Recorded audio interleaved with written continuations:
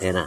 Sweet Ang solution. ambisyon niyan, karamihan galing kay Lisa Marcos pati kay Romualdez.